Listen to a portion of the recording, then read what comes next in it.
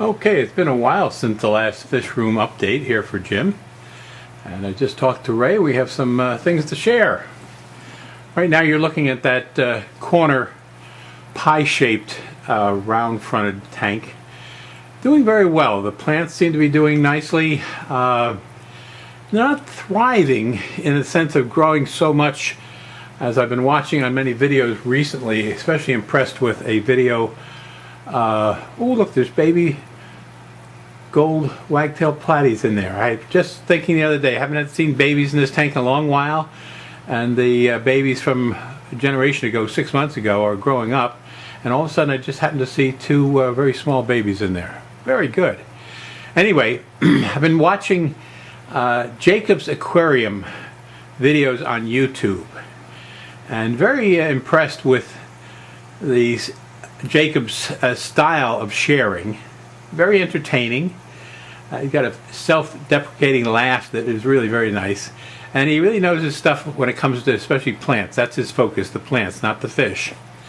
And what's really unique and got me attended to it is it's frustrating to find good plants in our local stores. I'm not talking about the chain stores. They just don't have plants anymore. So it's been interesting. He started a business about 7 years ago, and now it's into a full-grown nursery business, mainly focused around aquatic plants. And the unique thing is his shipping rates, handling and shipping, is $8, a fixed amount, and he uses the U.S. mails. And I've never seen anything less than like $40 for shipping and handling. Well, if you're buying, $50 to $100 worth of plants, $50 on top of that seems usury almost to me. But anyway, I'm going to give him a try. So the other day I went out to his website and I picked a nice selection of plants, about $100 worth. And for $8, I'm waiting next week. He ships on Saturday. His plants and his advice on how to grow good plants sounded very interesting. He focuses on the 4 critical elements of adequate lighting, dosing nutrients, the substrates, and what's the 4th one? Lights, substrate, dosing. There's a 4th one. I'll think of it. But anyway, very interesting, and he's got some very good videos. I highly recommend it. Jacob's Aquarium. He's out in California. I'm here in New Jersey. I'm curious to see how long it takes to get the plants here once he ships them on Monday, or whenever he ships them, and what condition I get them in. Talking to Ray the other day, sharing with him that find myself, I was curious. He had recently placed an order with one of the other plant suppliers, Arizona Aquatics or something like that, and we went together on one time to do that. Their minimum shipping is something like $40, $45 or $50.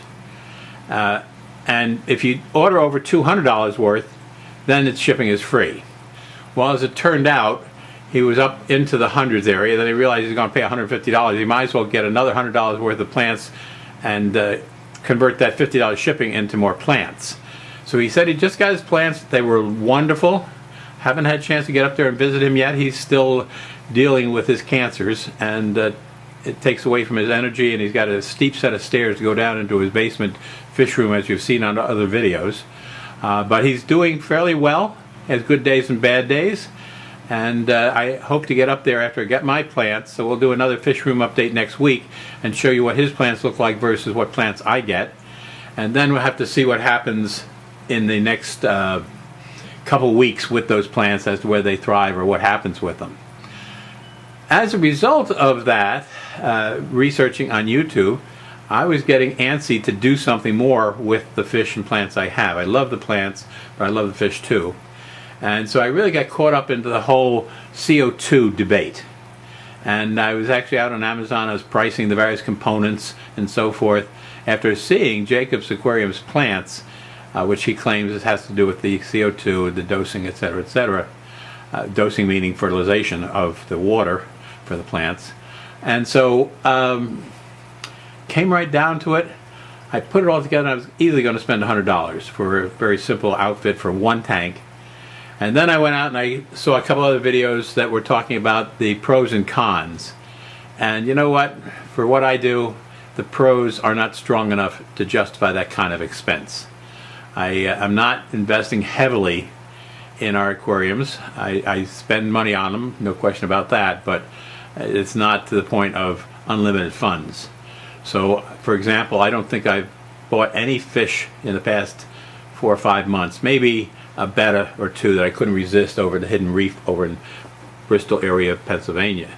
And I'm looking forward to get over there because I lost that very pretty betta, that multicolored betta that I had in this tank just recently. And so the good news is I now have room to buy another betta. And their pricing, as I said before, is very good.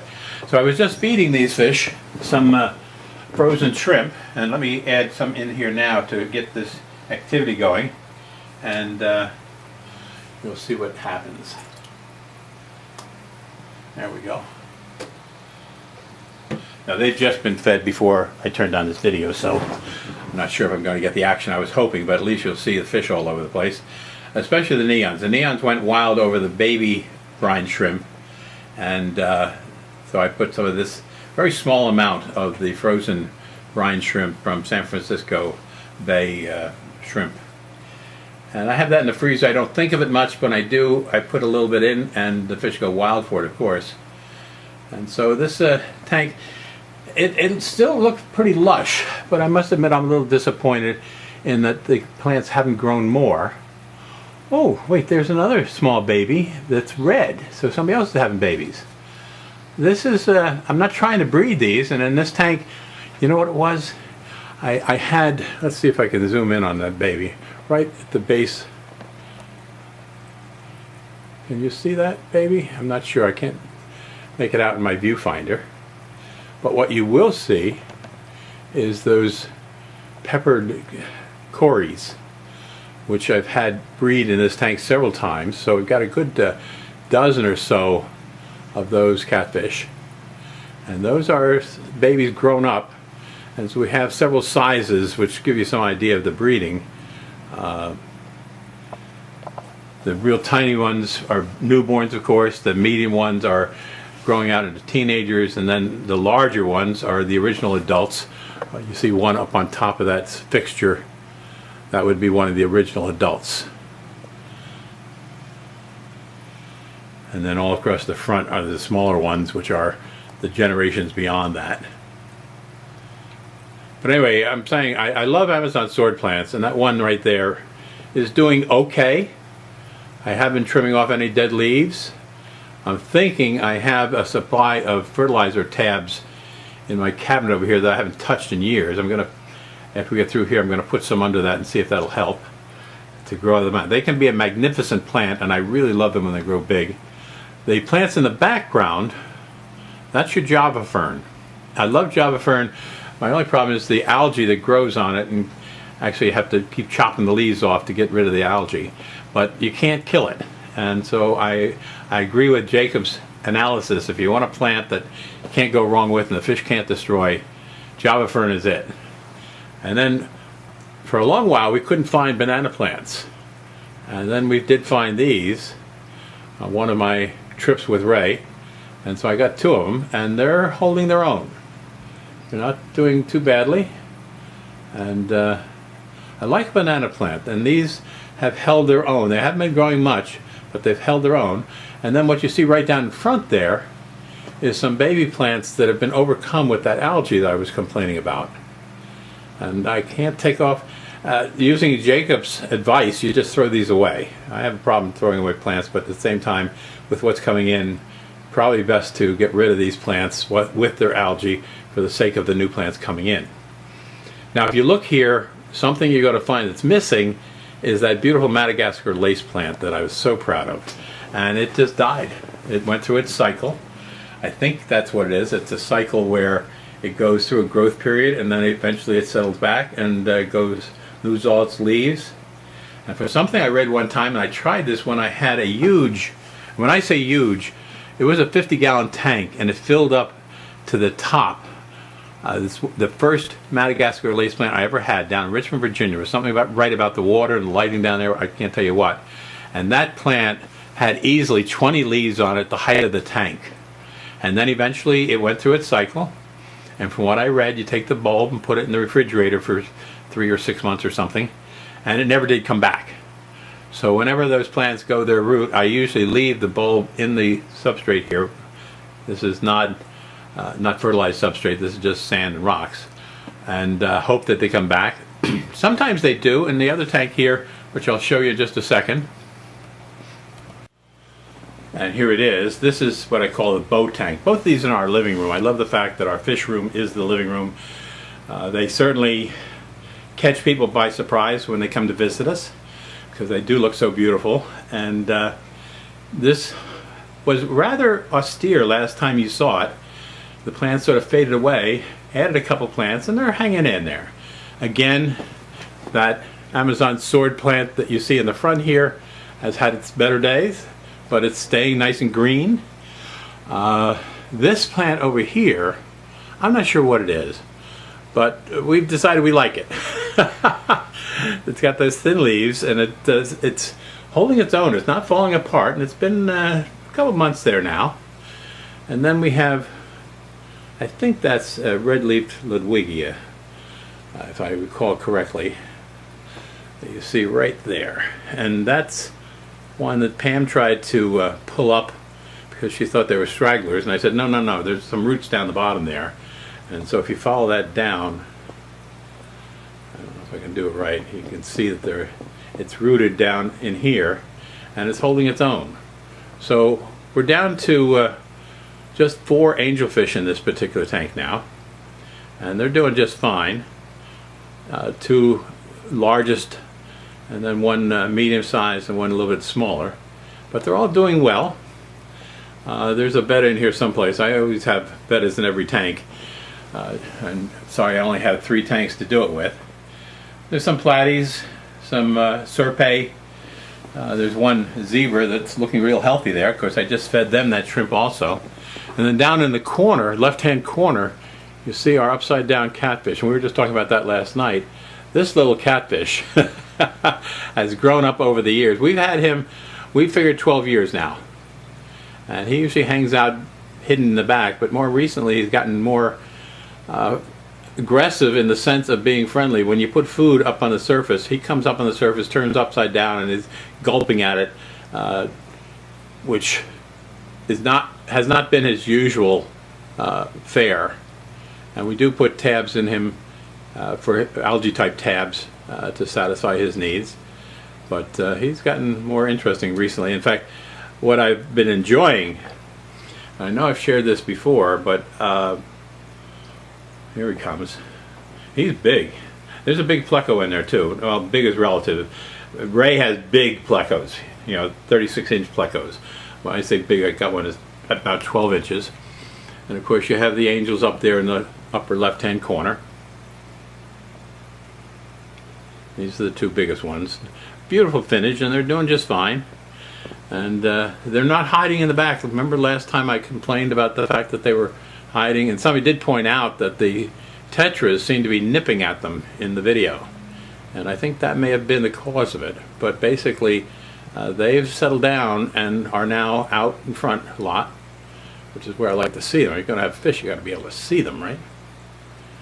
So this planted tank is going to look very different next week after I get my shipment of plants in from Jacob's Aquarium.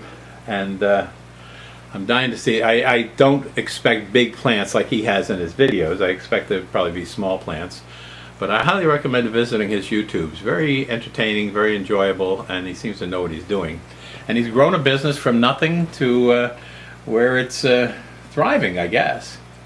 Although I placed an order on Tuesday this week, and then I placed another order last night, which is Wednesday night. And so in 2 days, he's had 6 orders.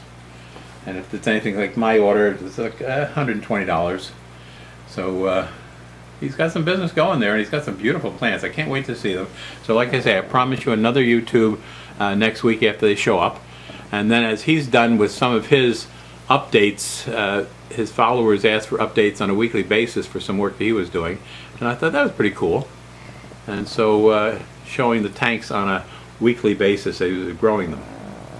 Anyway, it's a beautiful day out here today in the middle area, middle southern Jersey.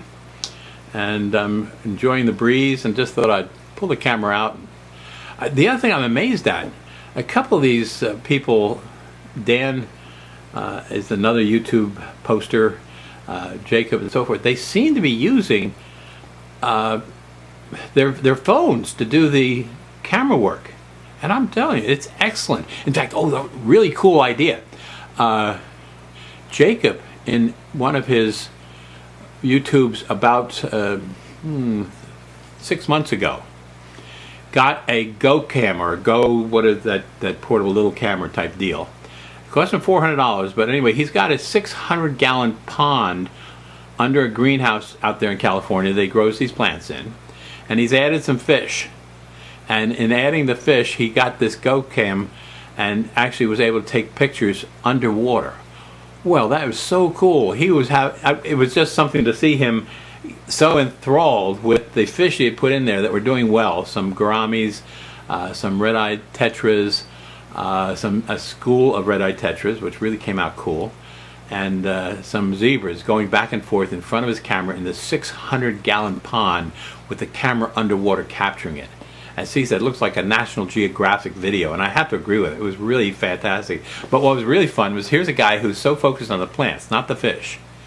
He put some fish in here, really just, to have them. And lo and behold, he was so excited, he can't wait to get out each day to see how the fish are doing. And you can only imagine a 600-gallon pond. You can't see in the sides of it. It's a liner-type contraption that he built, and so you have to look in from the top. Well, when he got his camera, was able to put it in the water. My God, it was so cool. So by all means, look up on YouTube and just search on Jacob's Aquarium, or go to his website, and under his videos you can find them there, and check that one out and just look at his fun. By the way, when you see that, he repeats the idea that he's added 18 fish. He keeps repeating it. And if you saw the video before that, he went to a Petco store that was nearby his home, by a mile away, as he said, to buy some fish. And he bought 4 gouramis and 4 other fish, and then he wanted 16 of these red-eye tetras. Well, the clerk said, "Oh, I can't sell you that many." He said, "What do you mean?" And he explained what he was doing with them and so forth. It wasn't a small tank he was overstocking or anything like that. And, well, he was so upset by the time he got back to his car, the manager got involved, and no, they would not sell him 16 fish. They would only sell him 8. So between the 2 4s he bought and that 8, he didn't buy them. That was where the 16 came in, or 18, whatever it was. And so the next day, he goes off to his favorite fish store, which is 50 miles away from where he lives, and he takes you for a tour in one of the videos on that. And throughout, he finally buys his 18 fish. Well, when he's showing you the 600-gallon pond with the fish in it, he keeps referring to, "There's my 18 fish. I've got 18 fish now." Would you believe that? 18. I mean, it just goes on. And, well, my wife and I were sitting here watching it last night, Chromecasting the video onto our big TV, and we had to just laugh right along with him. He was having such a good time, giving Petco a hard time because they wouldn't sell him the fish that he wanted. Unbelievable. But anyway, go check it out. You'll really enjoy it. And Dan's tank, he's the one that goes down to the stream and catches minnows and crayfish and so forth. He's another one. I followed both of them to the detriment of having time in a day, because once you start watching them, and Dan tries to post at least once every other day, if not every day. And so there's always something new out there, and always something fascinating. So hey, thanks for stopping by and watching these videos. I enjoy making them, obviously, and we'll be back next week when the shipment of new plants comes in from Jacob's Aquarium, and see what you think, okay? Until then, take care.